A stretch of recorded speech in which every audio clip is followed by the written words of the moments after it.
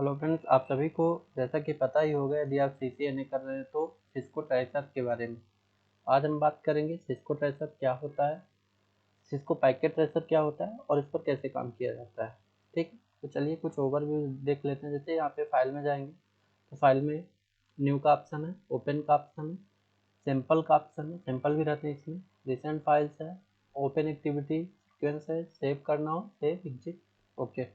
इसके बाद एडिट में जाते हैं, copy paste read undo option में जाते हैं, प्रेफरेंस में जाके यहाँ से आप सेट कर सकते हो कि आपको जो भी आप सेट कर रहे हो उसका पोर्ट फ्लो वगैरह होना चाहिए या नहीं होना चाहिए, वो सारी चीज़ें आप सेव कर सकते हो, देख सकते हो। ठीक है, और मेन जो सिस्को पैकेट ट्रेसर का काम होता है वो लैब बनाने के लिए होता है, नेटवर्किंग का एक लैब होता है। तो सबसे पहले यहाँ पे जो डिवाइस होती है वो होती है राउटर। जैसे आप यहाँ पे डिवाइस पे यहाँ पे टच करेंगे या कर्सर ले जाएंगे तो उस डिवाइस का नाम यहाँ पे शो होने लगेगा, राइट। तो जो दूसरी डिवाइस होती है वो होती है स्विच। स्विच जैसे अभी इसमें 2960 का यूज हो रहा है, PT स्विच है, यानी L3 का स्विच है। और यहाँ पे कई सारे स्विचेस दिए हुए हैं, यहाँ पे हमारे कई सारे पीसेस दिए हुए हैं। अब चलिए देखते हैं कि कैसे इनको कनेक्ट किया जाता है आपस में, कैसे इन पर काम किया जाता है। तो सबसे पहले हम एक राउटर ले लेते हैं, एक राउटर ले लिया हमने, और इसके बाद राउटर के बाद स्विच लेना पड़ेगा।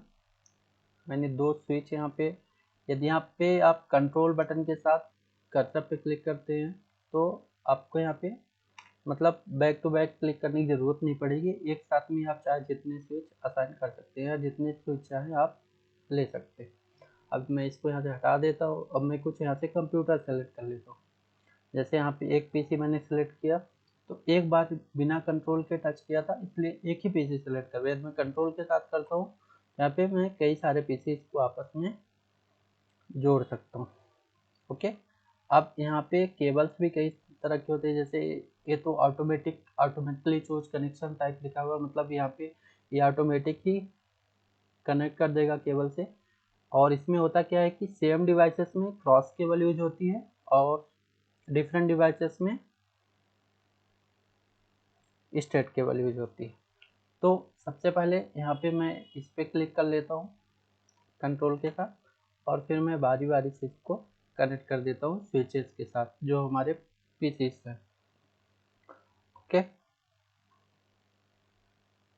यहाँ पे मैंने स्विच 1 और स्विच 2 से दोनों से कनेक्टिविटी कर दी, और मैं एक राउटर से स्विच को कनेक्ट कर देता हूँ, एक स्विच को फिर राउटर से। तो यहाँ पे देखिए जो पोर्ट नंबर दिखा रहा है वो पोर्ट नंबर 03 दिखा रहा है, क्योंकि ये राउटर से कनेक्टेड है और एक gigabit mini fast Ethernet cable लगी है। FA का मतलब होता है फास्ट इथरनेट और GIG का मतलब होता है गीगाबिट इथरनेट, राइट। यहाँ पे पोर्ट नंबर 01 दिखा रहा है, यहाँ पे पोर्ट नंबर 02 दिखा रहा है। तो यहाँ पे पोर्ट नंबर FA0/1 दिखा रहा है, यहाँ पे FA/02 दिखा रहा है।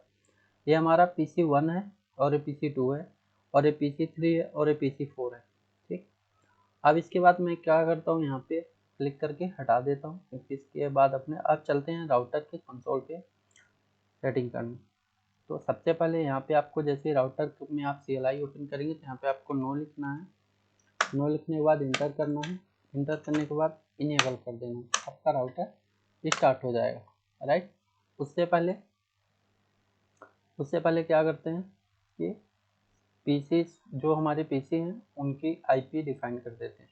तो यहाँ पे PC पे आप क्लिक करेंगे एक बार, तो ये इस तरह का पॉपअप ओपन होगा। यहाँ पे डेस्कटॉप में चले जाएंगे, फिर यहाँ पे IP कॉन्फ़िगरेशन होता है, IP यहाँ जाके स्वयं की IP जो भी रहेगी वो IP आप यहाँ पे, जैसे मैं ले रहा हूँ 10.0.1, और जैसे इंटर करेंगे तो उसका जो सबनेट मास्क है वो ऑटोमेटिक आ जाएगा। और यहाँ पे डिफ़ॉल्ट IP जो दिया हुआ है, ये डिफ़ॉल्ट IP जो दिया हुआ है नीचे, तो डिफ़ॉल्ट IP का मतलब ये होता है कि यदि आप राउटर से कोई गेटवे इसको दे रहे हो, डिफ़ॉल्ट गेटवे दे रहे हो, वहाँ पे उसकी जो गेटवे की IP रहती है वो चीज़ डलती है ताकि कनेक्ट कर सके। और यहाँ से जैसे आप यहाँ से कट कर दोगे तो ऑटोमेटिक ये कट हो जाएगा, राइट। चलिए दूसरे PC को IP देते हैं। सबसे पहले IP कॉन्फ़िगरेशन में 10.0.2, जैसे इंटर करेंगे सबनेट मास्क ऑटोमेटिक ले लेगा। फिर यहाँ से कट कर देना है। इसके बाद तीसरे पीसी पे गए और यहाँ पे 10.0.0.3 करते हैं, इंटर करेंगे, सबनेट मास्क ऑटोमेटिकली ले लेगा। उसके बाद एग्जिट कर देना। फिर चौथे पीसी पे जाना है, डेस्कटॉप पे जाना है, आईपी कॉन्फ़िगरेशन में जाना है और यहाँ पे 10.0.0.4 पे क्लिक करना है, इंटर करना है। ओके, इस तरह से हमने अपने पीसी को आईपी डिफाइन कर दी। अब चलते हैं स्विच के कमांड लाइन इंटरफेस पे। तो यहाँ पे सबसे पहले जैसे मैंने मतलब आईपी डिफाइन किया, तो जैसे यहाँ पे कनेक्टेड होते गए, देखिए हमारा स्विच का जो वर्जन है वो वर्जन दिखा रहा है यहाँ पे 15.0 जैसे 4 का, और स्विच की इमेज भी दिखा रहा है और ये सारी चीज़ें यहाँ पे शो होती हैं। अब आपको सिंपली यहाँ पे करना क्या है, यहाँ पे कर्सर पॉइंट करके और यहाँ पे क्लिक कर देना। उसके बाद आपको EN लिखना, EN के आगे यदि आप टैब दबाएंगे तो उसका पूरा जो कोड रहेगा वो सोने लगेगा। इंटर कर देंगे। स्विच अभी global configuration, global mode privilege mode में आ गया। जब आप यहाँ पे कॉन्फ टी यानी कॉन के आगे टाइप करेंगे कॉन्फ़िगर टर्मिनल, टी के आगे प्रेस करेंगे टैब तो टर्मिनल, इंटर कर देंगे। राइट, अब यहाँ पे मैं VLAN बना के एक पीसी को VLAN 1 में रखता हूँ और एक पीसी को VLAN 2 में डाल देता हूँ। Interface fast ethernet 0/1 switch port mode access. Right, इसके बाद स्विच पोर्ट एक्सेस VLAN 10। यहाँ पे देखिए हमारी VLAN बनी नहीं हुई है, पहले से हमने VLAN बनाया नहीं है, इसलिए जब मैं यहाँ पे स्विच पोर्ट एक्सेस VLAN पे क्लिक करूँगा तो ऑटोमेटिकली VLAN 10 एक क्रिएट हो जाएगी। इसके बाद हमको सिंपली इंटर कर देना। जैसे ही इंटर कर देंगे तो यहाँ पे एक मैसेज होगा, access VLAN does not exist creating VLAN। Right, अब यहाँ से आपको क्या करना है, एग्जिट कर देना है और इसके बाद एक कमांड लिखना है, डू सो VLAN VR, यानी VR का मतलब होता है ब्रीफ। इसके बाद इंटर कर देना। अब यहाँ पे देख सकते हैं कि ये जो हमारा VLAN 1 है जो डिफ़ॉल्ट रहता है, यहाँ से हमारा एक इथरनेट पोर्ट किस पे आ गया, VLAN 10 पे आ गया है, जो कि हमारा एक्टिव है। राइट, सेम कॉन्फ़िगरेशन इसके बाद हम करते हैं। यहाँ पे हम क्या लिखेंगे, interface fast ethernet 0/2 switch port mode access switch port access VLAN 20। अब यहाँ पे फिर से मैसेज शो हुआ, access VLAN does not exist creating VLAN 20।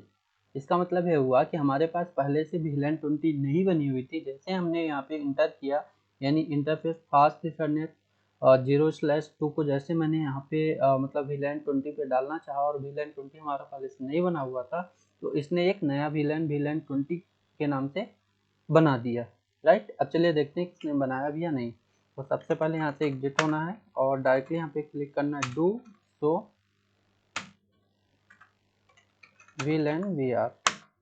इसके बाद इंटर कर दें। अब यहाँ पे देख सकते हैं आप कि यहाँ पे हमारा जो VLAN 1 में फास्ट इथरनेट केबल, यानी हमारा ये वाला जो पोर्ट है, ये वाला पीसी जो है, ये हमारा VLAN 1 में आ चुका है और ये वाला VLAN 2 में आ चुका है और 20 में आ चुका है। राइट, इसके बाद एक सेकंड, थोड़ा मैं जूमिट ओपन कर लूँ, जूमिट फोल्डर 2, ये हमारा जूमिट हो गया और यहाँ पे आ जाते हैं। ये जो हमारा पीसी है VLAN 10 में है और ये जो हमारा पीसी है VLAN 20 में आ चुका है। राइट, अब चलिए इसके बाद मैं अब क्या करता हूँ, इनको VLAN 10 में डालता हूँ और इसको VLAN 20 में डालता हूँ। राइट, तो इसके लिए हमको क्या करना पड़ेगा, इस स्विच पे क्लिक करना है, इसके CLI में जाना है और डायरेक्टली यहाँ पे कहीं पे पॉइंट करके इंटर कर देना। इसके बाद हमको इनेबल करना है, इनेबल का शॉर्ट कोड होता है EN। उसके बाद हमको कॉन्फ़िगरेशन मोड में जाना है, क्योंकि अभी हम प्रिविलेज मोड में हैं। तो जब हम कॉन्फ़िगरेशन मोड में जाते हैं तो वहाँ पे लिखते हैं कॉन्फ़िगर टर्मिनल।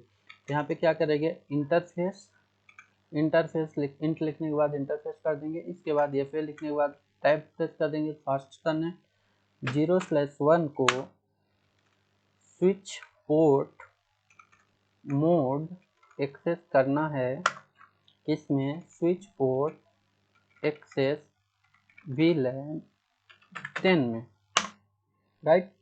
तो इस स्विच पर भी सेम मैसेज आया, access VLAN does not exist creating VLAN 10, right. इसका मतलब हुआ कि स्विच में हमने VLAN 10 नहीं बनाया हुआ, इसमें बाय डिफॉल्ट VLAN 1 में सभी पोर्ट रहते हैं।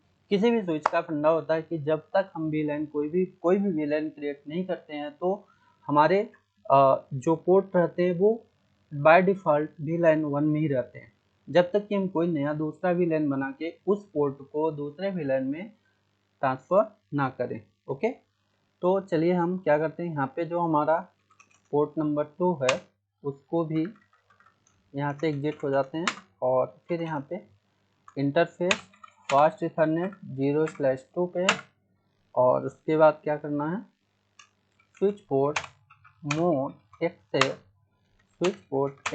VLAN 20, right.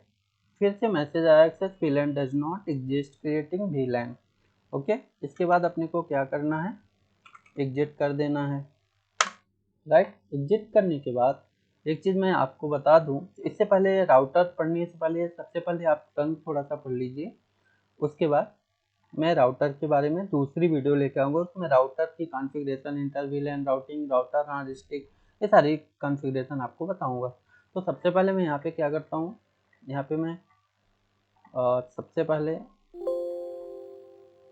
सबसे पहले मैं यहाँ पे राउटर को हटा देता हूँ।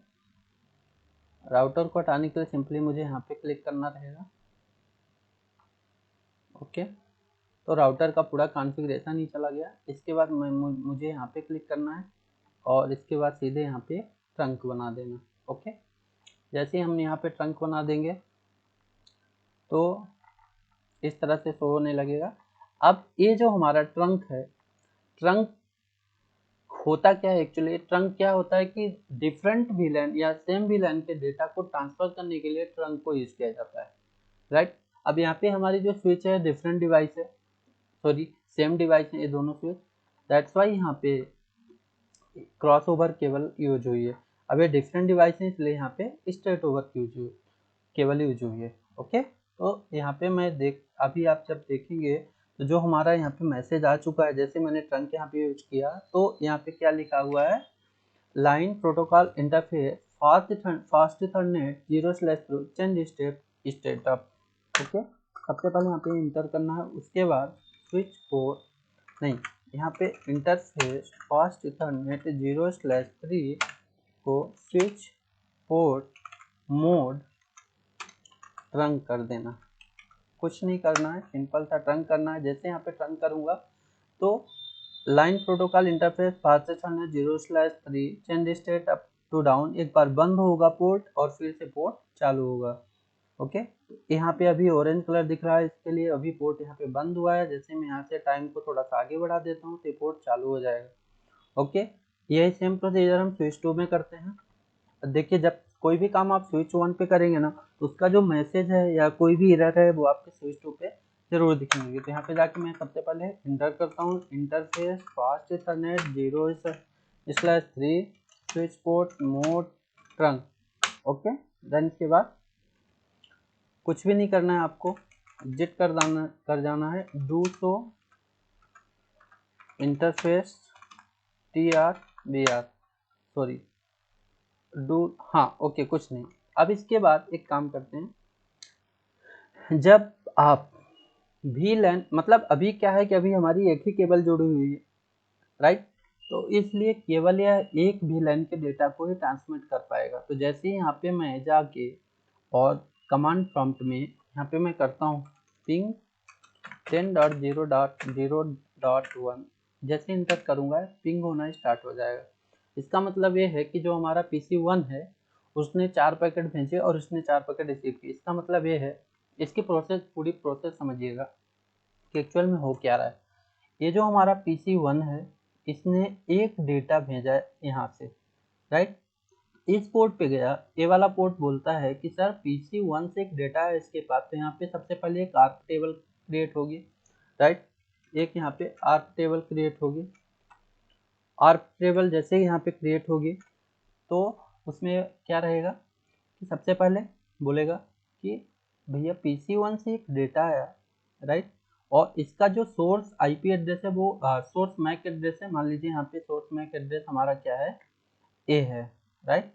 तो जो इसका सोर्स मैक एड्रेस है वो A है और इसको जाना का इसका डेस्टिनेशन कहाँ है अभी इसको नहीं पता है। तो इसके पास खुद की मैक एड्रेस टेबल तो जनरेट रहती है लेकिन डेस्टिनेशन की मैक एड्रेस टेबल अभी जनरेट नहीं हुए। तो यहाँ पे जैसे आप में जाएगा, इसके बाद यहाँ पे जैसे इस पोर्ट पे पहुंचेगा तो ए वाला पोर्ट आगे स्विच पे भेज देगा। स्विच क्या करेगा कि देखेगा कि सेम VLAN का डेटा है नहीं या नहीं।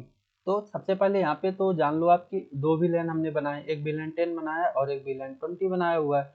दैट्स वाई ये जो डेटा है तो इस VLAN के अंदर ट्रांसफर नहीं होगा, इस VLAN के अंदर ट्रांसफर नहीं होगा, राइट। तो ये जो डेटा है हमारा सीधा इस पोर्ट पे जाएगा। इस पोर्ट पे यानी स्विच पे मैक एड्रेस टेबल जनरेट होगी, मैक एड्रेस टेबल जनरेट होगी, मैक एड्रेस टेबल जनरेट होती है। जैसे यहाँ पे मैक एड्रेस टेबल स्विच पे जनरेट होगी उसके बाद क्या होगा कि हमारा जो स्विच है, स्विच देखेगा कि इसका जो डेस्टिनेशन एड्रेस है, राइट, इसका जो डेस्टिनेशन एड्रेस है वो क्या है, C है, राइट। यहाँ पे मैक एड्रेस क्या है, यहाँ पे C है और ये क्या है, मैक एड्रेस इसका क्या है, D है और इसका क्या है, B है और इसका क्या है, A है, राइट। तो जब यहाँ से कोई PC अपना डेटा भेजता है तो इस पोर्ट पे आर्क टेबल सबसे पहले क्रिएट होती है, उसके बाद स्विच पे मैक एड्रेस टेबल क्रिएट होती है, फिर यहाँ से टैगिंग होती है, राइट। टैगिंग होती है, एक सिक्योरिटी बैठा रहता है, ऐसा समझ लो, पूछता है कहाँ जाना है आपको, किससे मिलना है, किधर जाना है। तो जब ये डेटा यहाँ से टैग लगा के पहुँचता है तो ये देखता है कि भाई इस VLAN का, यानी VLAN इसकी ID कितनी है, 10 है और इसका जो मतलब डेस्टिनेशन एड्रेस है वो VLAN 10 का ही है।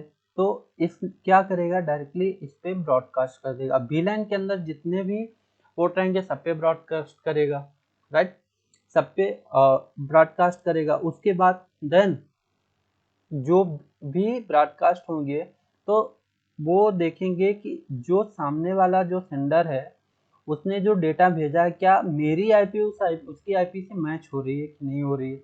जिसकी IP मैच होगी वो उसके पास डेटा को ट्रांसमिट कर देगा, राइट। ये था हमारा ट्रंक का यूज करना, कैसे हम मतलब इसको पैकेट ट्रेसर पे मतलब CLI पे कैसे कोडिंग कर सकते हैं, कैसे लैब बना सकते हैं, सारी चीज़ें थी। तो thanks for watching my video और हमारे इस वीडियो को शेयर करिएगा और ज़्यादा से ज़्यादा लाइक करिएगा और हमारे इस यूट्यूब चैनल को एक बार सब्सक्राइब करिएगा ताकि हम आपके लिए अगली वीडियो लेकर आ सकें। तब तक के लिए धन्यवाद, मिलते हैं अगली वीडियो में।